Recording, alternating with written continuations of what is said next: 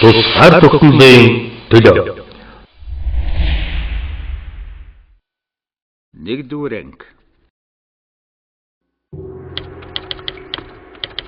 Хятадын төлөөлөгчдийн өрөө.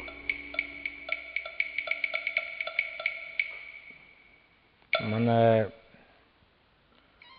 дундад иргэн улсын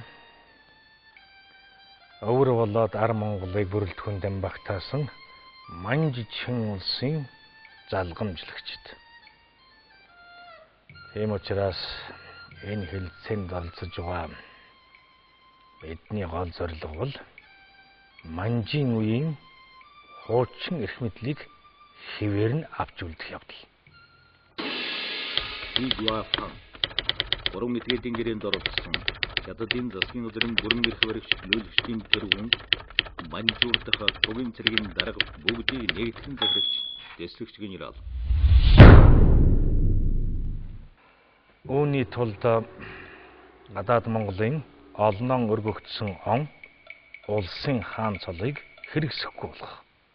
Орос хятадын тунхаг бичгийг тэднэр хүлээн зөвшөөрүүлэх. Цаашлаад Монголын тусгаар тогтнол гэчийг хүчингүй болгоход л хөр монголчууд аяндан аманд ороод ирэх юм шүү дээ.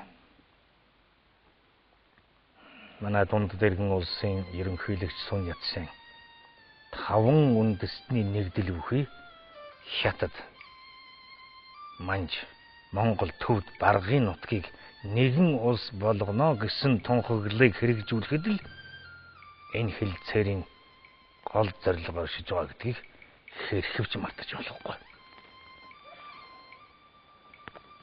Манай засгийн газраас 1912 оны 2 дугаар сард Монголын хаав ноёдод хандан дундад иргэн улсыг дэмжин нийт засаг төрийн хэргийг хэлэлцэхээр төлөөлөгчөө Манжинд ирүүлэхийг мэдгдсэн.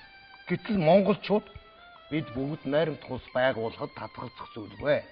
Харин монголчуудын зан заншил, ёс журам, бичгийн хэл болоод ярианы хэл нь танахаас тэс ондоо. Чэнги 1915 оны 3 улсын хэлэлцээр Хятад талын төлөөлөгч Хятадын Монгол төвдийн хооронд хэрэг эрхэлсэн товчооныг зөвлөх хийж байгаад хэлэлцээрийн дараа Улястад суух сайдаар томилогджээ. Чэнги 1916 оноос нийслэл хүрээнд Хятадын элчин сайдаар суух болжээ. 1921 оны 3 дугаар сарын 18-нд Монгол улсаас хөөгдсөн. Тэрээр гадаад Монголыг өөрөө засах эрхийг устгасны хойно дундад засгийн газраас гадаад Монголыг хүндэтгэх ба жиж хойчийг сайжруулах хууль хэмээх 64 зүйл бүхий бичгийг боловсруулахад голлох үүрэгтэй оролцсон учраас энэ бичгийг Чэнgiгийн 64 зүйл гэж нэрлэх болсон байна.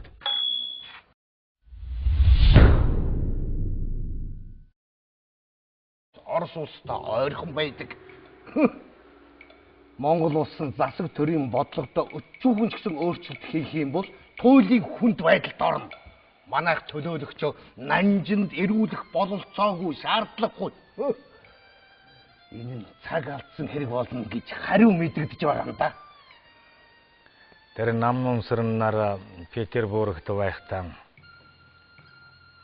Орос улсын гадаад хэргийн яам бас манай дундад иргэн улс Англи, Америк, Япон, Хятад зэрэг 10-аад улсын элчин сайдад Орос хятадын тунхаг бичгийг эсэргүүцсэн нот бичиг өгснийг та нар санаж байгаа. Тэр нот бичгтээ юу гэсэн байлээ? Хятадын холбогдлоос бүрмөссөн салсан учраас Монгол улсын зөвшөөрлгүйгээр тогтоосон ямар ч холбоог хүлээхгүй.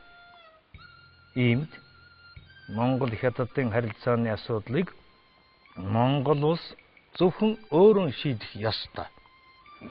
Хятад улстай айл улсын инх төвшний найрамдах ёсоор харилцахыг хүсэж байна гэж бүр дэндүү том толгой гаргаж Манжийн дороочныг хэтэрхий далимдуулан манай дундад иргэн улстай зин даргаж баг юм.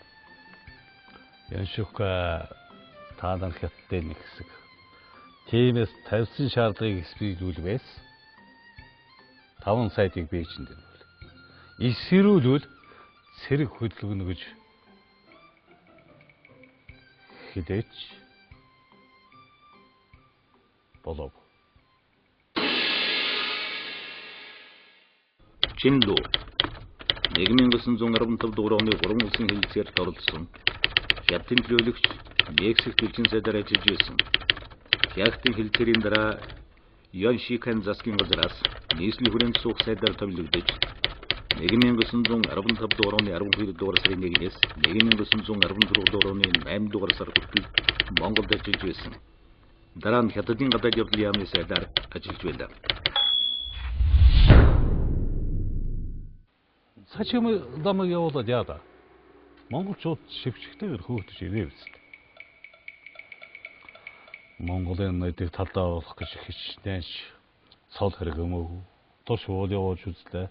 Дунд нь яс хайла тэгрэгэд яс. Ямар ч үр дүн төрөйг. Оросоос авсан зээдий чинь төлж өг явж хүртэл хийж өглөө. Хөдөлтгөө. Загайгүй.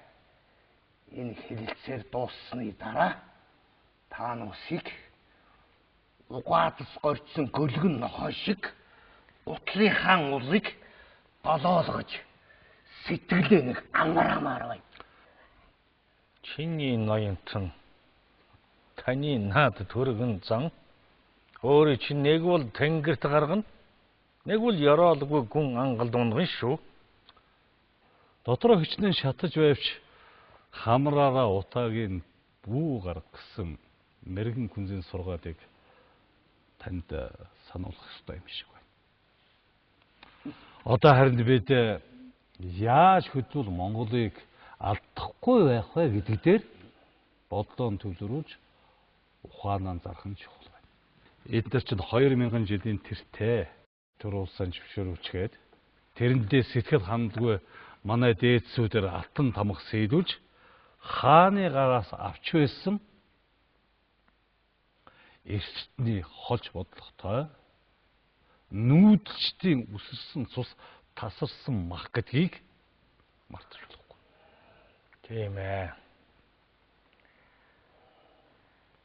Өөрөөр морин дэл дээр сэлэн мэргүүлж явж тусгаар тогтнолон авч байсан энэ монголчуудын одоогийн энэ сулларч дорой идсэн байдлыг ашиглаж улсдаа нэгтгэж авахын төлөө үзэлцэх юм шүү дээ. Ер нь тэгээд ийм зүрх зоригтой жижиг буурай үндэстэн дэлхийн түүхэнд энэ байсан юм. Хууля хаан хоорондоо хилээраач ойлгоцохгүй байсан хан үндэснийг нэгэн тугийн дор нэгтгэж ач хавьяа байгуулалтыг бид бас бодох ёстой. Энэний хүчинд Хятад улс дэлхийн том гүрэн болсон. Их гүрэн л гин. Энэ их гүрнийхэн эд шидийг үзмээр байна шүү дээ. Хэдэн өчүүхэн жижигхэн Монгол төвд хоёрыг уяанаасаа алдчихдаг. Нэрнээсээ цаашгүй. Монголын төлөөлөгчдийн өрөө. Бараг өөр Монголыг нэгтгэсэн.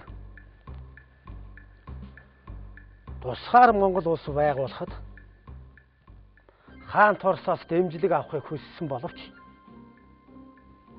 бид өвөр Монголоос бүр цэргээ татахад хүрч улмаар дундад Орос 3 улсын хэлэлцээрийг зөөрүүлж тавих юм гэж даанч сансангүй. Дашчов 3 этгээдийн гэрээнд Монголын талаас засгийн газрын бүрэн эрх барих төлөөлөгчдийн тэргүүний Богдын зэрлэгээр томилогдсон 1914 дугаар оны 8 дугаар сарын 26-наас мөн оны 10 дугаар сарын 31 хүртэл ажиллажээ. Богд хааны зэрлэгээр шашны асуудлыг тусгайлан эрхлүүлэхээр шашин төр туслах сайдын яам буюу Шанзвын яам гэрчийг байгуулж тэрүүн сайдаар нь даалам дашчвыг тохиомд томилжээ. Одоо яа гэх вэ? Бид гар мохор бидэнд зэвсэг нэн чухал байна.